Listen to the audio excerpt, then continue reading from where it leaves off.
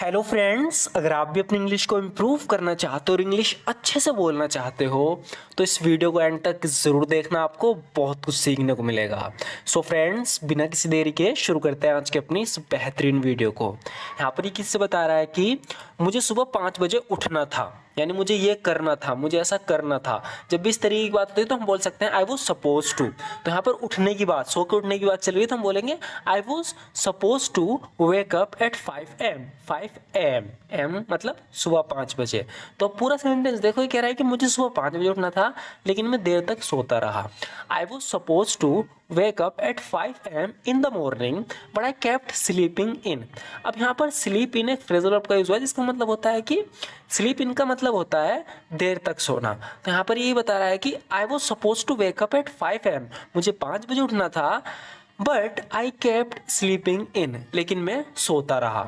आप इसे इस तरीके से बोल सकते हो कि the plan was to wake up at 5 o'clock, यानी मेरा प्लान जो 5 बजे उठने का था, the plan was to wake up at 5 o'clock, 5 बजे उठने का प्लान था but I continued to sleep in, लेकिन मैं सोता रहा, यानी ज़्यादा सो गया। स्लीप इन का यूज़ हो रहा है यहाँ पर।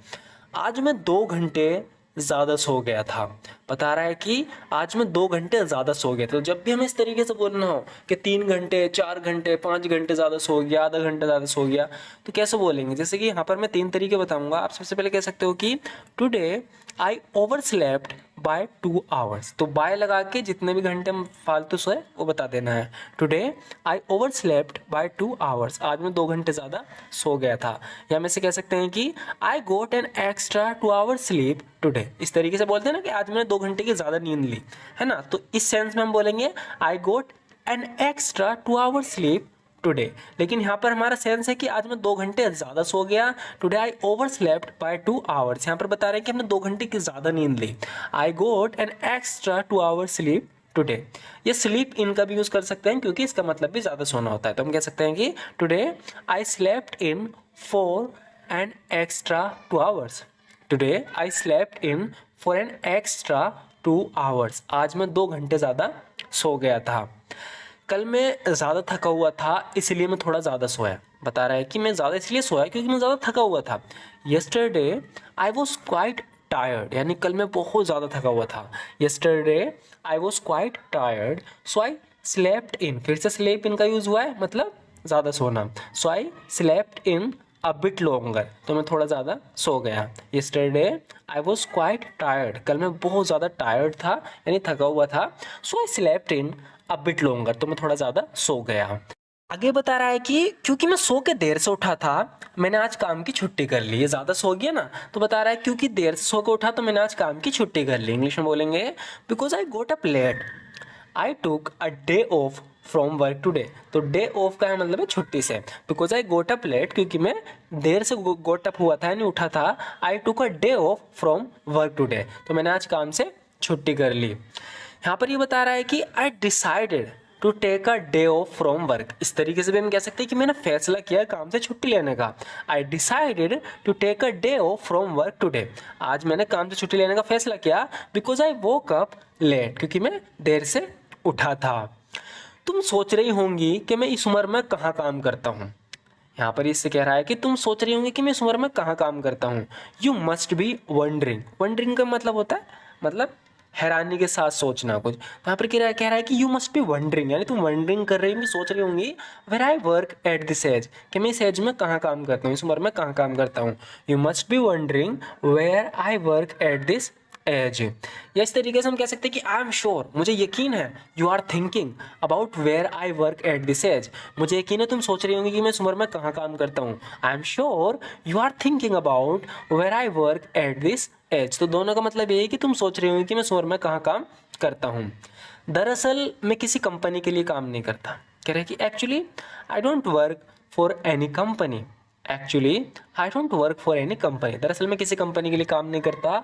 Actually I don't work for any company. मेरा खुद का एक आइसक्रीम स्टोर है, यानी इसका खुद का एक शॉप है कि स्टोर है आइसक्रीम की, जहाँ आइसक्रीम बेचता है। तो बता रहा है कि मेरा खुद का एक आइसक्रीम स्टोर है जहाँ मैं पूरे दिन काम करता हूँ। I have my own ice cream store where I work all day. यहाँ पर ये उस दुकान का मालिक है ना। तो यहाँ पर बता रहा है कि I have my own ice cream store, मेरा खुद का एक आइसक्रीम स्टोर है, where I work all day, जहाँ पूरे दिन काम करता हूँ। या हम ऐसे भी कह सकते हैं, जब हम किसी के मालिक होते हैं तो हम बोलेंगे आई ओन एन आइसक्रीम शॉप, यानी मैं एक आइसक्रीम शॉप का मालिक हूँ, मैं उसे ओन करता हूँ, यानी वो मेरी है। I own an ice cream shop and I work there all day, मैं एक आइसक्रीम शॉप का मालिक हूँ और मैं वहाँ पूरे दिन काम करता हूँ।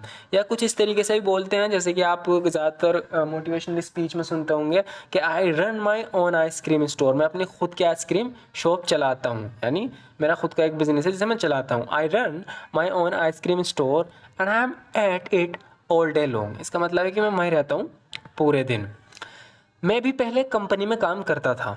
आई also used to work at a company before, I also used to work at a company before, मैं पहले कंपनी में काम करता था। या एट की जगह फोर का यूज़ करके हम बोल सकते हैं कि I to use to work for a company before, मैं पहले कंपनी के लिए काम करता था। यहाँ पर ये बोल रहा है कि मैं पहले कंपनी में काम करता था, इसलिए एट का यूज़ करेंगे। I also used to work at a company before, यहाँ पर कह रहा है कि मैं पहले कंपनी के लिए काम करता था। I to use to work for a company before. 5 साल नौकरी करने के बाद मैंने इस्तीफ़ा दे दिया था। After working for 5 years, after working for 5 years, यानी 5 साल काम करने के बाद आई रिज़ाइंड, मैंने रिज़ाइन कर दिया था, यानी इस्तीफ़ा दे दिया था। ऐसे बोल सकते हैं कि having worked for 5 years, having का यूज़ हो गया, इसके बाद वर्ब की थर्ड फॉर्म है, तो कुछ करने के बाद हैविंग वर्कड फॉर 5 ईयर्स, यानी 5 साल काम करने के बाद आई लेफ्ट द जॉब, मैंने नौकरी छोड़ दी थी। Having worked for 5 years I left the job. नौकरी छोड़ने के बाद मैंने आइसक्रीम की दुकान खोली, जो कि एक कामयाब बिजनेस रहा। बता रहा है कि after quitting my job, after quitting my job, अपनी जॉब क्विट करने के बाद, छोड़ने के बाद, I opened N ice cream shop, मैंने एक आइसक्रीम शॉप खोली। That become a successful business, जो कि एक सक्सेसफुल बिजनेस बन गया। आफ्टर क्विटिंग माई जॉब, अपनी जॉब को क्विट करने के बाद, I opened N ice cream shop, मैंने एक आइसक्रीम शॉप खोली। That became a successful business, जो कि एक सक्सेसफुल बिजनेस बन गया। तुम ऐसा करके अपना समय बर्बाद कर रहे हो। You are only wasting your time by doing that, you are only wasting your time by doing that, यानी तुम ऐसा करके सिर्फ अपना समय बर्बाद कर रहे हो। You are only wasting your time by doing that, मैं तुम्हारी मीठी मीठी बातों में नहीं आने वाली। देखो फिर से वो यूज हुआ है, तो कौन से फ्रेजल वर्ब का यूज किया था हमने? फॉल फॉर का।